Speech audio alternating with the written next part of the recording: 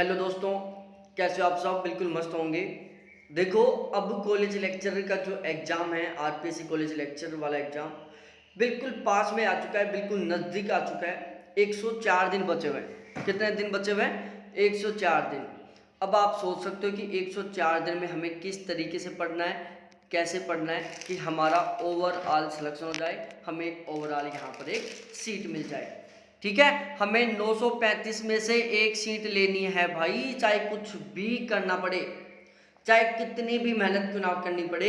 104 दिन तक हमें बहुत जबरदस्त तरीके से, बहुत गजब तरीके से पढ़ना है। और हमें पढ़ते टाइम 1% भी ऐसी मिस्टेक नहीं करनी है जिसकी वजह से हमें बाद में पछताना पड़े, जिसकी वजह से हमें बाद में सोचना पड़े कि काश मैं उस टाइम वो गलती नहीं करता तो आज मैं मेरे दोस्त की तरह कॉलेज में एक कॉलेज लेक्चरर के रूप में पढ़ा था और एक अच्छी वाली सैलरी लेता। ठीक है, तो जबरदस्त तरीके से, धुआंधार तरीके से, शानदार तरीके से हमें पढ़ना है और हमें भाई अगले सेशन में एज ए कॉलेज लेक्चरर मस्त तरीके से गवर्नमेंट कॉलेज में पढ़ाना है। ठीक है, अब ध्यान से सुनो, करंट अफेयर 35 क्वेश्चन आएंगे यहाँ पर भाई साहब करंट अफेयर के। ठीक है, 30 से 35 के बीच में यहाँ पर करंट अफेयर के क्वेश्चन आएंगे और हमारा टारगेट है प्यारे लाडलो 35 के 35 क्वेश्चन सही हो हमारे, चाहे कुछ भी करना पड़े। ठीक है, तो आज मैं केवल 11 जून का करंट अफेयर लेके आया हूँ और कुछ अलवर जिले के बारे में। कल से हम अप्रैल का करंट अफेयर भी साथ के साथ ही स्टार्ट करेंगे। ठीक है, पहला क्वेश्चन आपकी नजर के सामने कि निम्नलिखित में से किस जिले में तीसरा पर्यटन थाना का लोकार्पण मुख्यमंत्री अशोक गहलोत द्वारा किया गया है? अरे, जो कल वाली करंट अफेयर की क्लास थी उसमें मैंने एक क्वेश्चन करवाया था कि जल बचाओ या जल की चोरी को रोकने के लिए एक थाना गठित किया गया था। किसके लिए? जल की चोरी को रोकने के लिए एक थाना नव गठित किया गया था, तो वो कौन से जिले में था? पहला क्वेश्चन। दूसरा क्वेश्चन, वह जो थाना है वो कौन सी नहर पर स्थित है, वो कौन से क्षेत्र में स्थित है? ठीक है, 3 क्वेश्चन। चौथे क्वेश्चन, कौन सी नहर के पानी के संरक्षण के लिए वो स्थापित किया जा रहा है? तो ये सारी बातें मैंने कल वाले उस वीडियो में बता दी थी। तो निम्नलिखित में से किस जिले में तीसरे पर्यटन थाने का लोकार्पण मुख्यमंत्री अशोक गहलोत द्वारा किया गया है? अब देखो प्यारे लाडलो, यहां से आपके कितने क्वेश्चन तैयार होते हैं मैं आपको बताता हूं। ठीक है, देखो पहला क्वेश्चन तो आपका ये कंप्लीट हो रहा है कि हाल ही में तीसरा पर्यटन थाना स्थापित किया गया है, उसका लोकार्पण किसने किया था? मुख्यमंत्री अशोक गहलोत ने। कहां पर? जोधपुर में। और इसके खोलने की घोषणा कब हुई थी? अरे भाई साहब, 31 मई 2013 में, जब अशोक गहलोत का कार्यकाल था। ठीक है, मुख्यमंत्री अशोक गहलोत जी ने अपने पूर्व कार्यकाल में 31 मई 2013 को एक पर्यटन थाना खोलने की घोषणा की थी। उसके बाद मुख्यमंत्री वसुंधरा राजे बीजेपी की गवर्नमेंट आ गई तो उन्होंने उनके कार्यों को रोक दिया और अब फिर से अशोक गहलोत जी ने अपना मुद्दा उठाया और अपना काम चालू कर दिया। ठीक है, तो ये जो थाना बनेगा ना, तो इसकी घोषणा 31 मई 2013 में हो गई थी। ठीक है, जब अशोक गहलोत जी पहले मुख्यमंत्री थे। ठीक है, तो इसका अभी भी लोकार्पण किसने किया है? अशोक गहलोत जी ने किया है। अब भाई यहां से आपके 2 क्वेश्चन बनते हैं। पहला क्वेश्चन कि पहला पर्यटन थाना कहां पर है और दूसरा कहां पर है? तो देखो, जो पहला पर्यटन थाना है वो उदयपुर में है और दूसरा जयपुर में है। ठीक है, पहला पर्यटन थाना उदयपुर में, दूसरा जयपुर में और तीसरा जोधपुर में। तीनों के तीनों हमें अच्छे से याद रखने हैं। ठीक है, यहां तक आपको अच्छे से समझ में आ गया होगा। अब भाई साहब, जो ये थाना गठित किया जा रहा है, जो जोधपुर में ये पर्यटन थाना गठित किया जा रहा है, ध्यान से सुन लो, ये जयपुर कमिश्नरेट के अंतर्गत ही आएगा। किसके?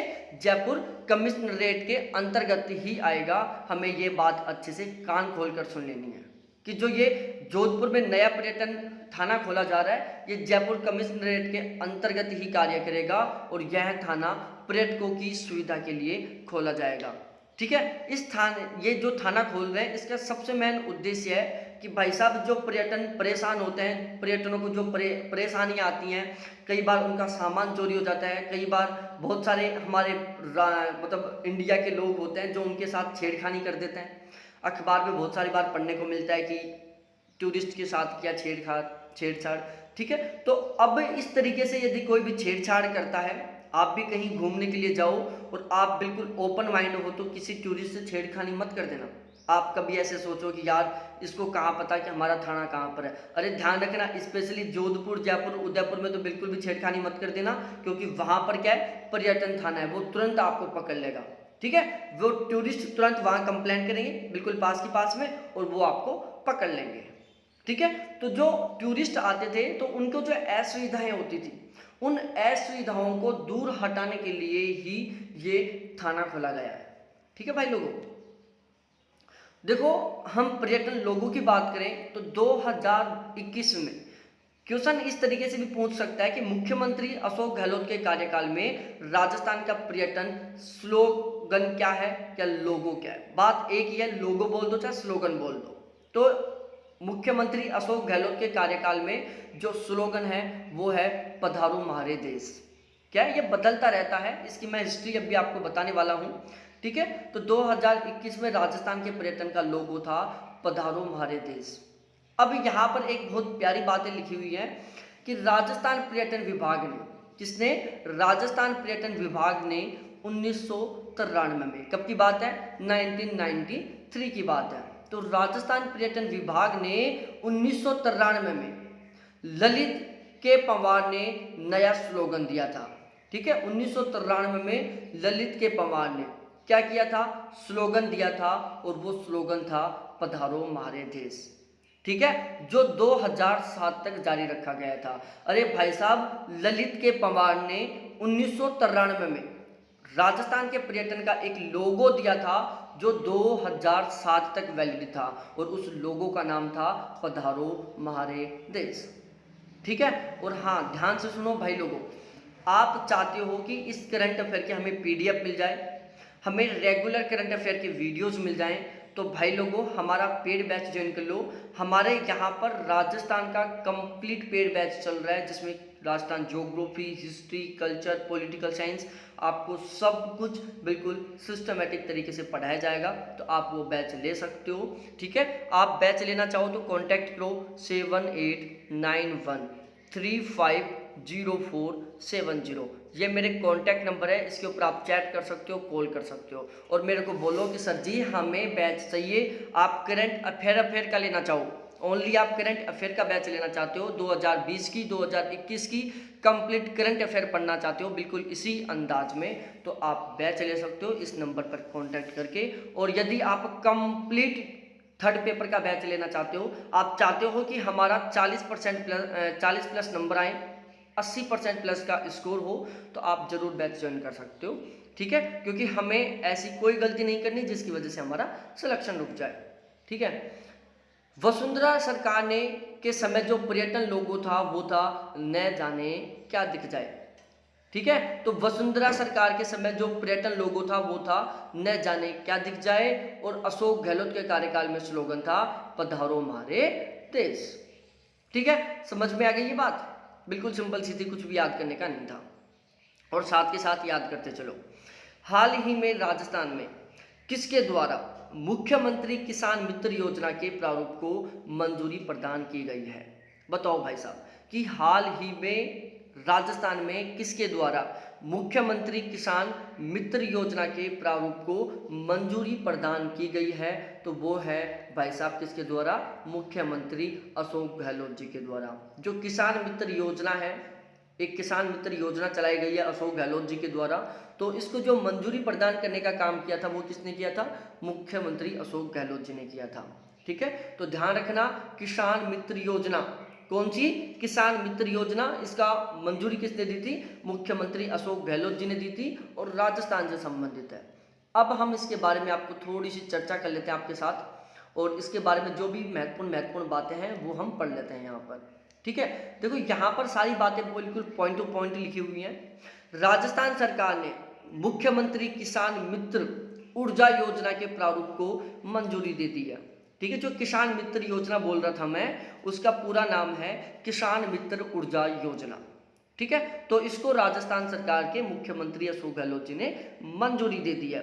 इसके तहत जो कृषि उपभोक्ता है, कृषि उपभोक्ता का मतलब है जो खेती करते हैं, क्या करते हैं, जो खेती करते हैं, तो इसके तहत कृषि उपभोक्ताओं को हर महीने 1000 रुपये अनुदान देने का प्रावधान है। भाई साहब, ये जो किसान मित्र ऊर्जा योजना है, ये क्या है, किसानों का मित्र है।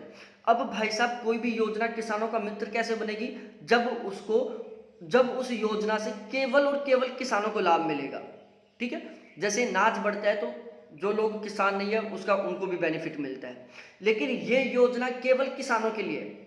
इस योजना का लाभ केवल और केवल किसानों को मिलेगा, किसानों के अलावा किसी को नहीं मिलेगा, तो इसलिए इसका नाम रख दिया गया किसान मित्र ऊर्जा योजना।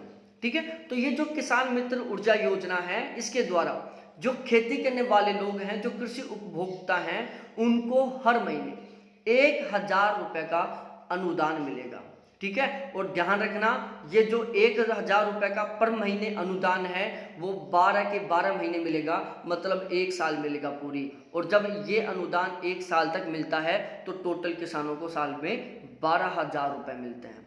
ठीक है, तो ये साल भर मिलेगा 12,000 का, इसमें साल का टोटल टारगेट है कि भाई हम 1 साल में टोटल आपको 12,000 रुपये देंगे।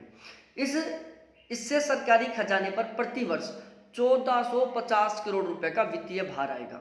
और जब ये महीने के महीने 1000 रुपए बटेंगे किसानों को राजस्थान में, तो इससे जो राजस्थान सरकार का जो सरकारी खजाना है उसके ऊपर टोटल कितना, टोटल पूरे वर्ष का बता रहा है 1450 करोड़ रुपए का वित्तीय भार आएगा। मतलब इस योजना में 1 साल में किसानों को टोटल 1450 करोड़ रुपए बांट दिए जाएंगे। ये आपको अच्छे से ध्यान में रखना है। इस योजना का लाभ मई 2021 से मिलना शुरू होगा, तो जो मिलना प्रारंभ हो गया। अब जो भी आगे मतलब 21 मई के बाद से इस योजना का जो लाभ है वो किसानों को पूर्ण रूप से मिलना शुरू हो जाएगा। ठीक है, अब देखो यहाँ पर एक बहुत प्यारी बात लिखी हुई है कि इस योजना के अंतर्गत, ऊपर लिखा हुआ है सब कुछ देखो, इस योजना के अंतर्गत कृषि उपभोक्ताओं को आनुपातिक आधार पर बिजली बिल का 60% अधिकतम प्रति माह देय होगा। देखो भाई साहब, जो ये 1000 रुपए दिए जाएंगे, तो ये योजना कौन सी है, किसान मित्र ऊर्जा योजना।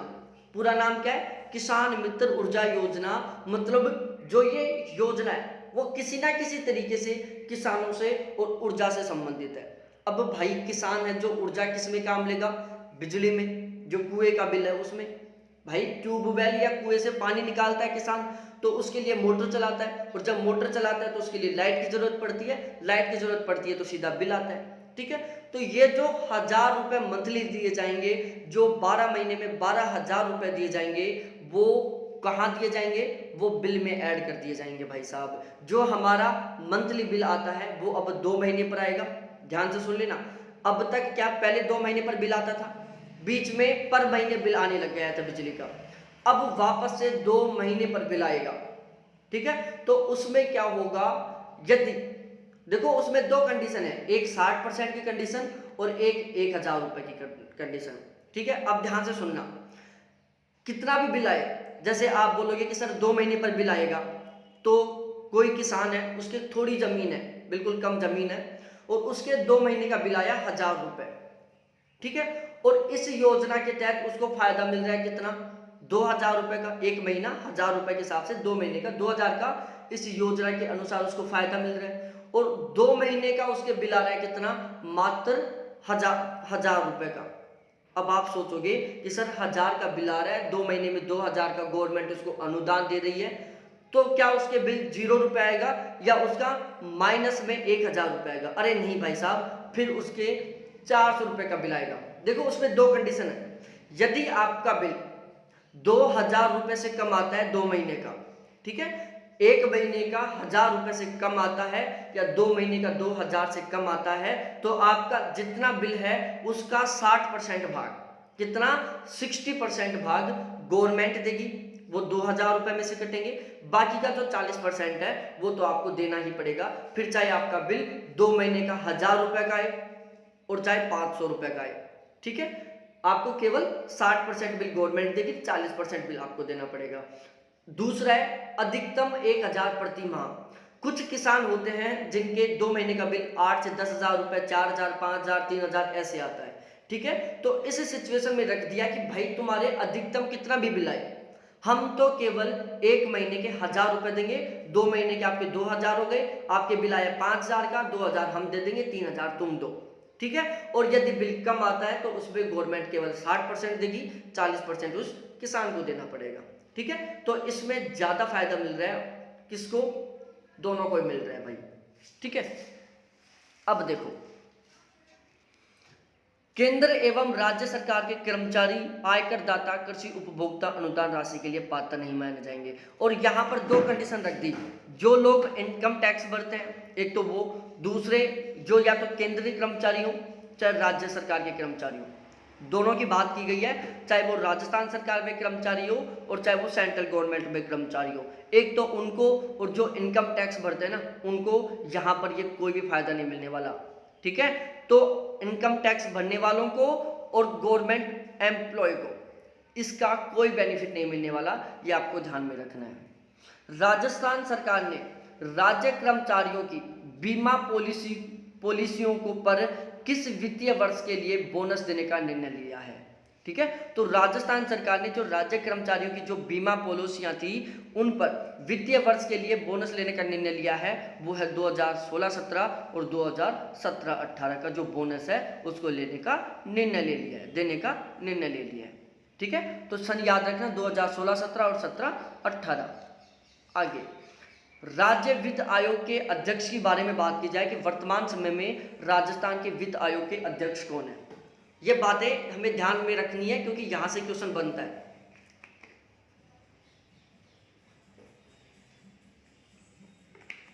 देखो,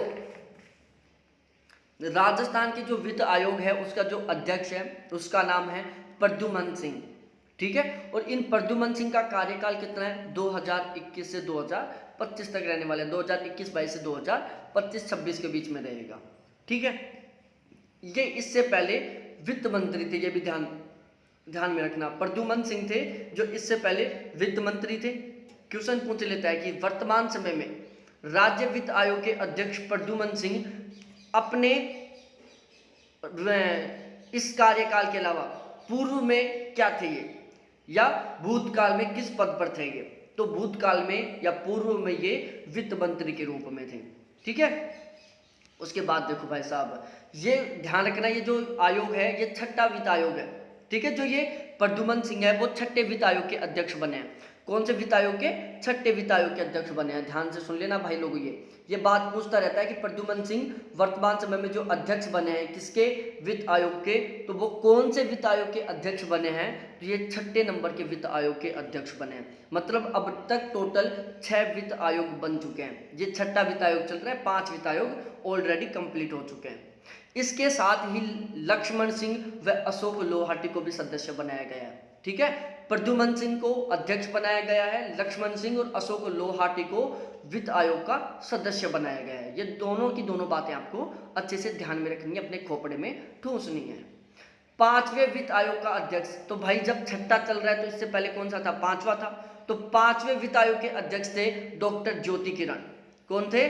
डॉक्टर ज्योति किरण थे। और इनका जो कार्यकाल था वो 1 अप्रैल 2015 से 31 मार्च 2020 तक था, ठीक है। तो 5वें वित्त आयोग के अध्यक्ष थे डॉक्टर ज्योति किरण और इनका कार्यकाल 1 अप्रैल 2015 से 31 मार्च 2020 तक था, ठीक है। और फिर से मैं बोल रहा हूं, आपको इसी तरीके के शानदार वीडियो देखने हैं। जीएस के थर्ड पेपर में आपको 40% प्लस नंबर लेके आने हैं या 80% प्लस का स्कोर करना है, तो आप हमारा अभी पेड बैच ज्वाइन कर सकते हो।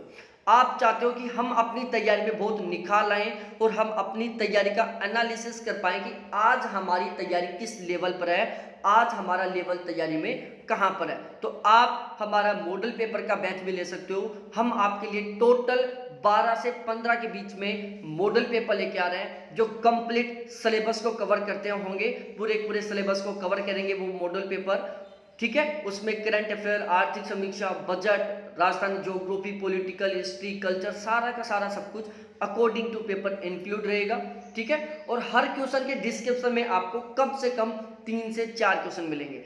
मतलब दोबारा बता दूं मैं, हर क्वेश्चन का हमने डिस्क्रिप्शन लिखा है और डिस्क्रिप्शन इस तरीके से लिखा है कि हर क्वेश्चन के डिस्क्रिप्शन में कम से कम 3 से 4 लाइन लिखी है, जहां से आपके 3 से 4 क्वेश्चन बनेंगे। तो इस तरीके से आप यदि मॉडल पेपर लोगे तो आपके 6000 के आसपास डायरेक्टली क्वेश्चन अच्छे से तैयार हो जाएंगे और ये 6 के 6 बहुत महत्वपूर्ण क्वेश्चन होंगे, ये आपको ध्यान में रखना है, ठीक है। अब थोड़ा आगे बढ़ते हैं, थोड़ा सा आगे बढ़ते हैं। कॉलेज शिक्षा हेतु ज्ञान दूत कार्यक्रम की शुरुआत। अरे भाई साहब, कॉलेजों की शिक्षा के लिए एक कार्यक्रम की शुरुआत की गई है जिसका नाम है ज्ञान दूत कार्यक्रम। तो कॉलेज शिक्षा के लिए ज्ञान दूत कार्यक्रम की शुरुआत की गई है, राजस्थान में की गई है, ये भी आपको अच्छे से ध्यान में रखना है, ठीक है। तो कॉलेज शिक्षा के लिए जो ज्ञान दूत कार्यक्रम है उसकी शुरुआत राजस्थान में की गई है। अब इसका मेन मोटिव क्या है भाई, ये शुरुआत क्यों की गई है, ऐसी जरूरत क्यों पड़ी? तो ध्यान रखना, स्टूडेंट्स को, छात्रों के कोविड के दौरान पैदा हो रही नेगेटिविटी, अरे भाई हम नहीं सोचते अरे बारे ये कोरोना नहीं आता तो अच्छा रहता, मेरा कैरियर चौपट हो गया। हम सोचते हैं अरे यार कैरियर चौपट कर गया कोरोना, ना पेपर हो रहा, ना पढ़ाई हो रही, ना कोचिंग खुल रही, ना कॉलेज खुल रही, करूँ तो क्या करूँ, अरे मरूँ तो कौन से कुएं में कूद कर मरूँ, इधर भी कुआं गहरा है, कम गहरा है, इधर भी कम गहरा है भाई साहब, ना तो मर सकते ना जी सकते। ऐसी नेगेटिविटी आती रहती है हमारे दिमाग में। तो इन नेगेटिविटियों को दूर करने के लिए, जो मेंटली टेंशन है इसको दूर करने के लिए राजस्थान सरकार ने क्या सोचा, एक कार्यक्रम चला दिया। उस कार्यक्रम का नाम रख दिया ज्ञान दूत। जैसे भगवान ऊपर से वो राजदूत भेजता है, जब हम मरते हैं तो हमें उठा के लेके जाने के लिए कि आ जाओ भाई तुम अब पृथ्वी लोक से चलो, इतने दिन जीकर क्या करोगे। अरे उसी तरीके से मुख्यमंत्री ने बोला कि भाई तू टेंशन, अंदर जो खोपड़े में बैठी बैठी जो टेंशन है कोविड की, तू अंदर बैठ के अब क्या करेगी, इन लोगों को जीने दे अपनी जिंदगी मस्त तरीके से, मैं तेरे को लेके चलता हूँ। तो ये जो ज्ञान दूत कार्यक्रम है ये क्या करेगा, कोविड की वजह से जो स्टूडेंट्स में मेंटली डिप्रेशन, मेंटली टेंशन और जो नेगेटिविटी पैदा हो रही है उसको दूर करने के लिए शुरू किया गया। और इसकी शुरुआत 9 जून 2021 से हुई है। कब से? 9 जून 2021 से। इस कार्यक्रम के पहले चरण में 22 सब्जेक्टों की क्लास शुरू होगी और ये जो ज्ञान दूत कार्यक्रम है इसका जो पहला चरण होगा उसमें टोटल 22 सब्जेक्ट्स की क्लास होगी, जिसमें 13 सब्जेक्ट्स आर्ट्स के होंगे, 7 सब्जेक्ट साइंस के होंगे और 1 सब्जेक्ट कॉमर्स का होगा। ये आपको अच्छे से ध्यान में रखना है, ठीक है। आगे देखते हैं, फिटनेस डिजिटल यूनिवर्सिटी कौन से जिले में खोली जाएगी। अरे भाई साहब, एक फिनटेक डिजिटल यूनिवर्सिटी है। कौन सी? फिनटेक डिजिटल यूनिवर्सिटी कौन से जिले में खोली जाएगी? अरे मेरे लाडलो सुन लो, फिनटेक डिजिटल यूनिवर्सिटी जोधपुर में खोली जाएगी। कहाँ पर? जोधपुर में। और इसके लिए टोटल 400 करोड़ रुपए का बजट आवंटित किया गया है। अरे जो ये फिनटेक डिजिटल यूनिवर्सिटी खोली जाएगी इसके लिए टोटल 400 करोड़ रुपए का बजट आवंटित किया गया है। फिनटेक यूनिवर्सिटी जोधपुर में खोली जाएगी और इसका शुभारंभ किसने किया है? मुख्यमंत्री अशोक गहलोत जी द्वारा। तो एक बार आंख बंद करके रट लो, फिनटेक डिजिटल यूनिवर्सिटी जोधपुर, शुभारंभ मुख्यमंत्री अशोक गहलोत जी द्वारा और इसके लिए 400 करोड़ का बजट आवंटित किया गया है। अब भाई साहब, ये जोधपुर में खोली जा रही है, तो ये क्यों खोली जा रही है भाई? फिनटेक यूनिवर्सिटी की जरूरत क्यों पड़ी? डिम्ड यूनिवर्सिटी ये बहुत सारी हैं, फिर फिनटेक क्यों खोल रहे हैं? अरे शुरू होने से जोधपुर को, जब ये फिनटेक यूनिवर्सिटी शुरू होगी तो उससे जोधपुर को शिक्षा का डिजिटल पावर हाउस और डिजिटल एक्टिविटी का ग्लोबल हब विकसित करने में मदद मिलेगी। अरे जब ये फिनटेक डिजिटल यूनिवर्सिटी खुल जाएगी तो उसके बाद जोधपुर को एक डिजिटल पावर हाउस, एक डिजिटल एक्टिविटी का ग्लोबल हब विकसित करने में बहुत सहायता मिलेगी। हाल ही मुख्यमंत्री अशोक गहलोत द्वारा किस जिले में सरस राष्ट्रीय क्रॉप मेले का वर्चुअल शुभारंभ किया गया है? बताओ भाई साहब। अरे वर्तमान समय में जो मुख्यमंत्री अशोक गहलोत जी हैं, इनके द्वारा किस जिले में सरस राष्ट्रीय क्रॉप मेले का वर्चुअल शुभारंभ किया गया है? अरे प्यारे लाडलो सुन लो, जोधपुर जयपुर में किया गया है। जो ये सरस राष्ट्रीय क्रॉफ्ट मेला है, इसका शुभारंभ किसने किया? मुख्यमंत्री अशोक गहलोत जी ने किया। कहां पर किया? जयपुर में किया था। ठीक है, और यह मेला ग्रामीण आजीविका विकास परिषद का है। ठीक है, ध्यान में रखना, क्वेश्चन इस तरीके से भी बोल सकता है कि ग्रामीण आजीविका विकास परिषद का सरस राष्ट्रीय क्राफ्ट मेले का वर्चुअल शुभारंभ कहाँ व किसके द्वारा किया गया? तो कहाँ में तो आ जाएगा जयपुर, और किसके द्वारा में आ जाएगा? मुख्यमंत्री अशोक गहलोत। ठीक है, अब हम थोड़ा सा अलवर के बारे में पढ़ लेते हैं प्यारे लाडलो। यहाँ पर मैंने एक अलवर का मैप ऐड किया था, वो हट गया। कल से मैं मैप भी ऐड करूँगा, साथ के साथ मैं एक एक जिले को लेके चलूँगा और उसकी कुछ कुछ बातें आपको बताते हुए चलूँगा, जिससे हमारा करंट भी तैयार, नया करंट भी तैयार, पुराना करंट भी तैयार, और एक ज्योग्राफी का, हिस्ट्री का, पॉलिटिकल का, हर का एक टॉपिक भी तैयार थोड़ा थोड़ा। अलवर के उपनाम देखो ना प्यारे लाडलो, अलवर को राजस्थान का सिंह द्वार भी कहते हैं। क्या? शेरों का दरवाजा भी कहते हैं। किसको? अलवर को। अरे शेरों का, भाई साहब शेर नाम सुन के मन में फीलिंग आ गई होगी। लंबे लंबे गर्दन पर बाल, मोटा सारा चेहरा, बब्बर शेर है। ठीक है, तो अलवर का उपनाम है राजस्थान का शेरों का दरवाजा, सिंहों का द्वार। पूर्वी राजस्थान का कश्मीर, भाई साहब पूर्वी राजस्थान का कश्मीर भी कहते हैं। राजस्थान का स्कॉटलैंड भी कहते हैं। अरे ज्योग्राफी के स्टूडेंट जान गए होंगे कि स्कॉटलैंड कहां पर है, तो बिल्कुल उसी तरीके से राजस्थान का स्कॉटलैंड अलवर है। सावल प्रदेश, सालव प्रदेश अलवर है। एनसीआर में अलवर आता है, अलवर एनसीआर में आता है भाई लोगों, हम एनसीआर में रहने वाले लोग हैं। अलवर जिला राजस्थान के उत्तरी पूर्वी भाग में है, समझ में आ गया होगा। उत्तरी पूर्वी भाग का नाम सुनते ही मानचित्र इस तरीके से याद आ गया होगा कुछ आपको, किस तरीके से? कुछ इस तरीके से ये अलवर है भाई, इस तरीके से। यहाँ पर हमारा अलवर टपका हुआ है। यहाँ पर बताओ कौन सा जिला है? बताओ कौन सा जिला है यहाँ पर इस किनारे वाले भाग में? ये अलवर इस साइड यूपी से टच कर रहा है।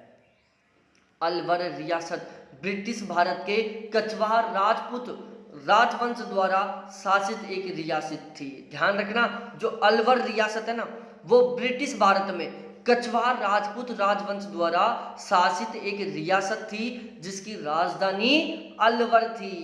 ठीक है, अलवर रियासत के अंतिम राजा कौन थे?